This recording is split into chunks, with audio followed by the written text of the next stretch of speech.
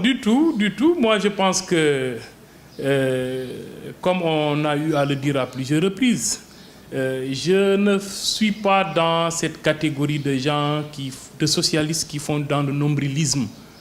Moi, je préfère regarder froidement la situation. Actuellement, moi, je dis que depuis 2012, le Parti socialiste est membre fondateur de la coalition Benno Bokk Yakaar. Donc, de 2012 à 2018, cette coalition a duré 6 ans.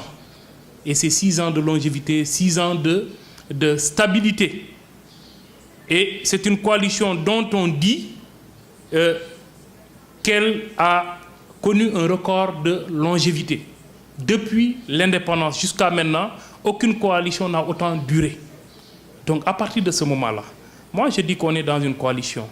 On y œuvre, on a une part de bilan dans la gestion donc de la majorité.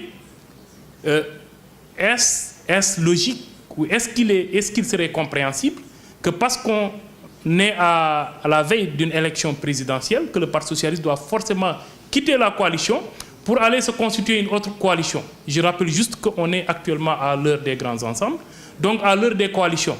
Le Parti socialiste, c'est insensé que le Parti socialiste quitte Benno Bokk Yakaar pour aller rouler en roue libre et seul, avec une candidature du Parti socialiste uniquement. Naturellement, il va falloir constituer une nouvelle coalition.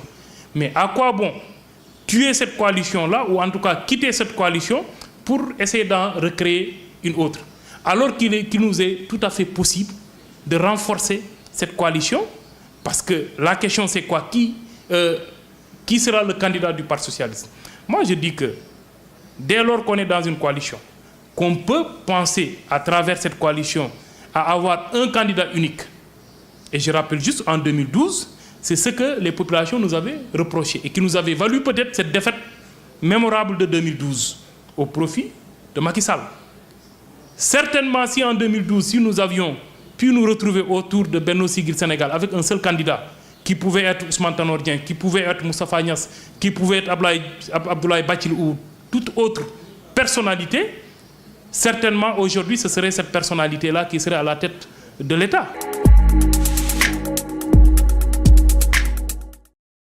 Vous êtes en train de revenir à cet orgueil mal placé, à ce nombrilisme dont j'ai fait état tout à l'heure. Moi, j'écarte cette fierté mal placée d'être socialiste. C'est vrai que nous avons été le premier parti au pouvoir, mais il faut retenir qu'il faut avoir du respect pour les autres partis, pour les autres formations. Nous avons un vécu, mais les autres aussi ont un vécu. Ce n'est pas parce qu'on est doyen d'âge que naturellement on doit être toujours à la tête ou on doit être... on est obligé forcément de faire même des choses qui ne nous arrangent pas juste parce que nous sommes les aînés. Du tout.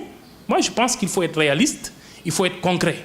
La réalité veut que l'erreur que nous avions commise en 2012, que cette erreur-là ne se répète pas. Que ce que l'électeur sénégalais nous avait reproché en 2012, que nous ne puissions pas la répéter. En quoi faisant? Nous sommes dans une coalition mature, je dis bien, une coalition même qui s'est offert le luxe de s'élargir au-delà de Benno Bokk Yakaar. On ne parle plus de Benno Bokk Yakaar maintenant. On parle actuellement de mouvance présidentielle. Avec l'arrivée de LDR Yeesal, la coalition de Disso, et d'autres personnalités de la société civile et politique. Moi, je pense que ça ne peut être qu'un atout pour tout ce qu'il y a comme alliés. Partis, mouvements et personnalités politiques compris. Donc, à partir de ce moment-là, moi, je pense que le Parti socialiste a tout intérêt à rester dans la coalition. Et rester dans la coalition signifie tout simplement porter la candidature du président sortant, en l'occurrence le président Macky Sall. Moi, j'aurais peut-être préféré que cette question ou cette interpellation soit regardée donc vis-à-vis de nos perspectives d'avenir.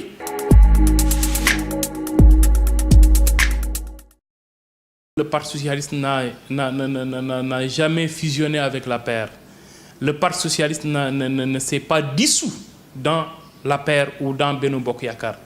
Nous sommes des entités indépendantes qui nous sommes retrouvées dans cette grande coalition de la mouvance présidentielle pour un but bien précis, à savoir réélire le président Macky Sall pour un second mandat, mais un second et dernier mandat.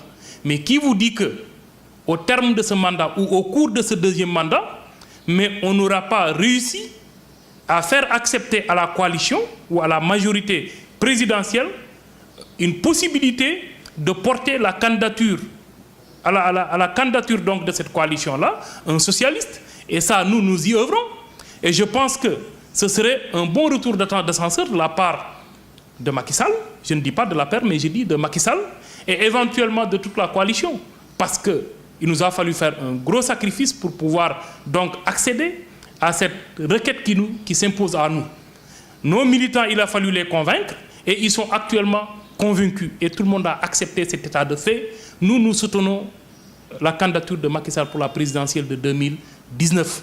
Maintenant, ce qui reste à faire, de 2019 à 2024, on aura toute la latitude donc de travailler, parce qu'il ne s'agit pas donc d'aller à rang dispersé une fois qu'on aura élu le président de la République.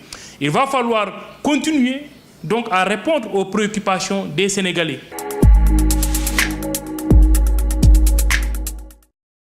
Je ne dis pas que cela devrait nous revenir de droit, mais je dis mon désir, mon souhait en tant que militant du Parti socialiste, et je crois que aussi c'est une logique qui peut être bien fondée. Le reste, et je crois que ce sera au niveau de la coalition que le débat se posera, et que peut-être quand on y arrivera, il nous sera très facile de pouvoir trouver les arguments pour donc faire la promotion d'un candidat socialiste donc à la tête de cette coalition-là et l'amener à diriger l'État du Sénégal donc, au terme de l'élection présidentielle de 2024. Bon, 2024, c'est encore très loin. Déjà, on a une échéance en 2019. Réglons ce problème d'abord. Maintenant, on aura largement le temps et la latitude donc, de réfléchir sur qui sera le bon candidat ou qui aura le meilleur profil pour qu'il soit porté à la tête de la coalition en 2024. Je ne me fais pas de fixation sur une personnalité bien précise, mais je pense que toutes ces personnalités dont vous avez évoqué le nom peuvent déjà se mettre en tout cas en pole position pour éventuellement donc, aspirer à cette candidature-là. Pour ce qui est du secrétaire général du Parti socialiste, Ousmane Tanor Dieng, comme vous l'avez dit, en politique, il ne faut jamais dire jamais. Parce que c'est le contexte qui dictera ce qui sera et ce qui se fera.